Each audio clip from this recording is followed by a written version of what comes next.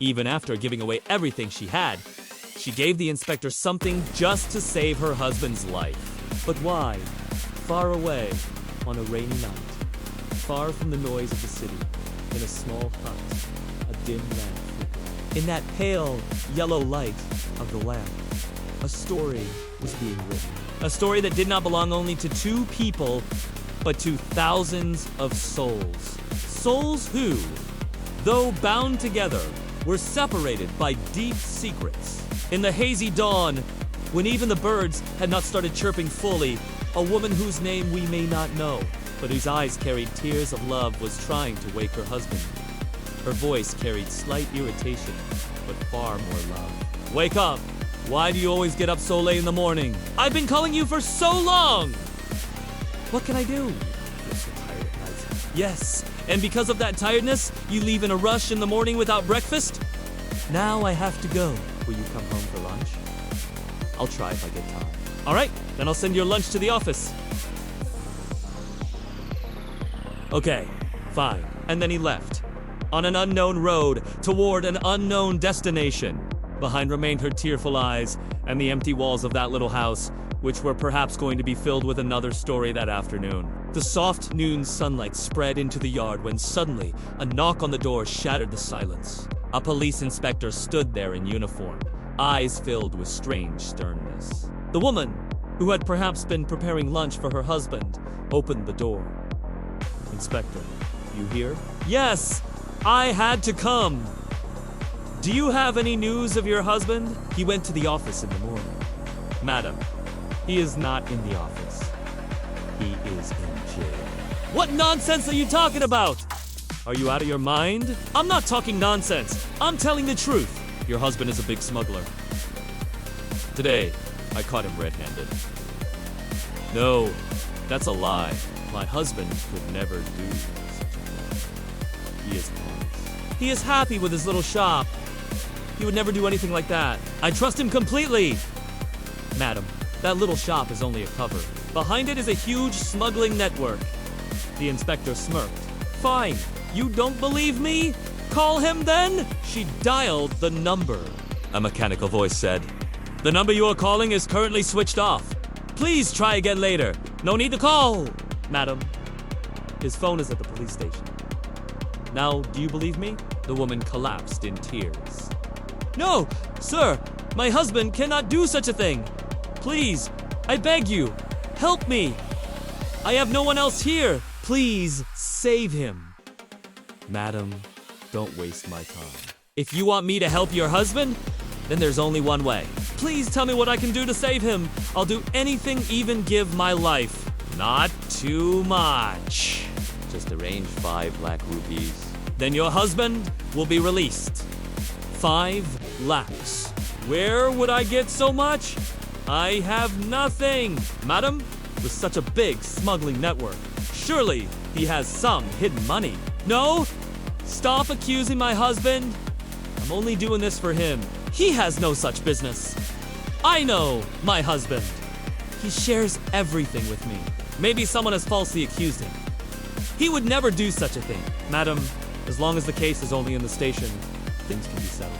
But if it goes to court, it could take 6 months, 6 years. The woman panicked. No, sir. I have some jewelry. I'll give them to you. She brought out the jewelry her mother had given her at her wedding, each piece carrying her mother's love, hope, and blessings. Tears streamed down her face because she wasn't only giving away gold, she was giving away her mother's memories. The inspector laughed. This is nothing. Your husband's case is worth 80 kilos of drugs, and these trinkets are nothing compared to that. You'll have to give more. But I have nothing else. If you give me a few days, I can mortgage this house and arrange 2 or 3 lakhs. No, madam. You have something much more valuable. What do you mean? I have nothing. You don't see it, but I do. Look through my eyes, and you'll see. His filthy gaze rested on her body. Such a beautiful body. Isn't it your husband's as well? She was shocked. How dare you talk like this? Aren't you ashamed? saying this in my house? And aren't you ashamed to push a police officer? Don't force me to lose my temper. Do what I say, or you'll regret it. She trembled. I told you, I have nothing else. Search my house if you want. I've already seen everything. There's only one thing left. Just once make me happy, and by evening your husband will be home. Her eyes closed. She thought of her husband's face, his love, his trust. And then she made a decision. For her husband, she staked everything. Her dignity, her honor, a tear rolled down her cheek. Carrying the story of a woman breaking apart, carrying unbearable pain, and a questionee's love truly so great that one loses oneself completely. Far away, their daughter Sarita was serving as an assistant superintendent of police ASP in a major district. Known as a sharp and honest officer, she had always topped her studies and cleared the UPSI exam with high rank. Her dream was to bring change in society and stand against injustice. Often, she spoke with her parents over the phone. But recently, she had been caught up in a sensitive case and hadn't called for days. One evening, as Sarita returned home, exhausted from duty, she saw a missed call from her uncle. When she rang back, he hesitantly told her everything how an inspector had humiliated and beaten her parents, scattering their vegetables. At first, she couldn't believe it. How could anyone dare to do such a thing to her respectable, hard-working parents? She thought it might be some cruel joke, but her uncle's broken voice left no doubt. Sarita felt the ground slip beneath her feet. For a moment, she wanted to shut her eyes and forget it all. But then her parents' faces came before her, their lifelong struggles, their sacrifices, tears welled in her eyes. She reminded herself of her duty not only as a daughter, but also as a police officer sworn to uphold justice. She called her mother at once. Sumitra's frail, grief-stricken voice answered. "Mother, are you okay? How is father?" Sarita asked, her voice trembling. "Sumitra! Sid," Sarita reassured her. "Don't worry, mother. I will set everything right. That man will pay for what he did." The next morning, Sarita took leave from duty and traveled straight to her village. Seeing her parents' wounds filled her heart with sorrow. Hugging them tightly, she whispered, "Forgive me, father. I couldn't protect you!" "This isn't your fault, child," Ramdan said, his voice heavy. "It was our fate." "No, father," Sarita replied firmly. "Fate also writes justice. I won't let this man go unpunished." She gathered every detail of the incident when it happened, which car was used, and the inspector's name. On learning it was Dharmveer Singh, she immediately called the superintendent of police SP of that district, revealed her identity, and demanded a full report. Shocked and apologetic, the S&P quickly complied, providing all information. Sarita donned her uniform, her expression cold yet resolute, and headed straight to the police station where Dharmveer was posted. Inside, silence spread as she entered. Officers stood in respect. Dharmveer, still unaware of what awaited him, rose too, assuming it was a routine inspection.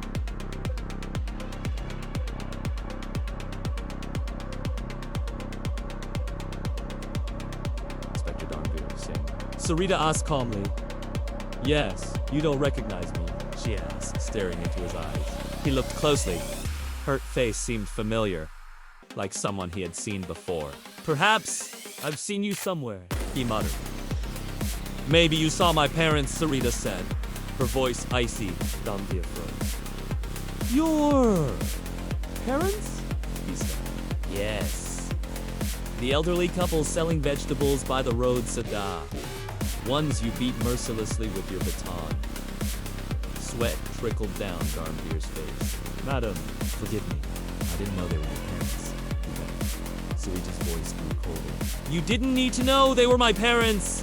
Your duty as a police officer is to protect people, not to brutalize them." "You disgraced the uniform, Dharmveer Singh. What you did was inhuman and unforgivable." She flashed her identity card before him. "I am IPS Sarita, Assistant Superintendent of Police!" The entire station fell silent. Dharmveer's arrogance crumbled into fear. He realized the enormity of his mistake. "You are hereby suspended," Sarita declared. "A departmental inquiry will be conducted, and I will ensure you face the harshest punishment." "Madam, Please forgive me. I'll lose my job. I'm a poor man, he pleaded. Sarita snapped. When you were thrashing my parents, did you remember they were poor? Did you feel pity then? Justice will be served! She immediately called the SP and ordered Darnvir's suspension. His uniform was stripped that very day, his service weapons surrendered, and he was thrown out of the station. The news spread like wildfire.